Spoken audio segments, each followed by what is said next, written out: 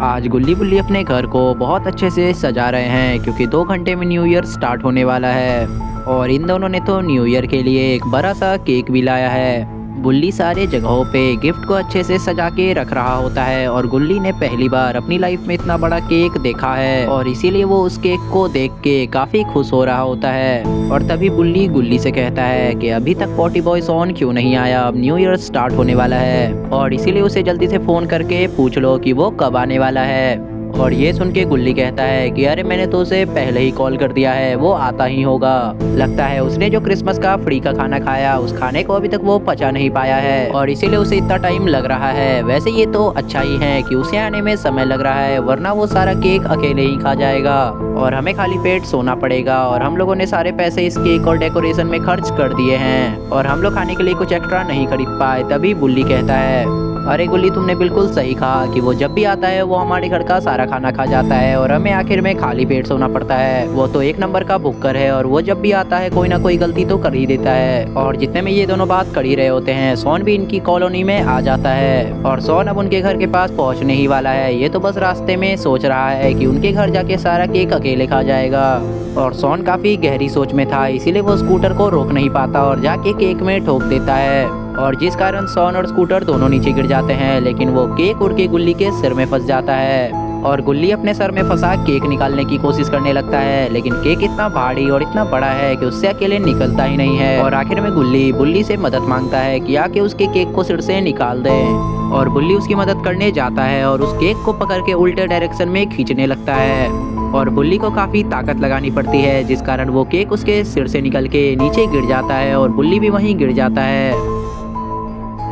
और सोन तभी होश में आता है और खड़े होने की कोशिश करता है। उतने में ही गुल्ली कहता है अरे सोन, तुम्हें स्कूटर चलाना नहीं आता है क्या? जब भी तुम आते हो तो कोई ना कोई गड़बड़ कर ही देते हो, इस बार तुमने हमारा न्यू ईयर का केक खराब कर दिया। और तभी सोन कहता है मुझे माफ कर दो गुल्ली, मुझे तो स्कूटर चलाना आता है लेकिन मैं केक के बारे में सोचकर काफी खुश हो गया था, जिस कारण मैं स्कूटर में ब्रेक मारना ही भूल गया और जिस कारण मेरा स्कूटर आके इस केक से टकरा गया। और दूसरी बात तो ये भी है कि केक ही इतना सुंदर था कि मेरी नजर तो केक से हट ही नहीं रही थी और जिस कारण स्कूटी का एक्सीडेंट हो गया।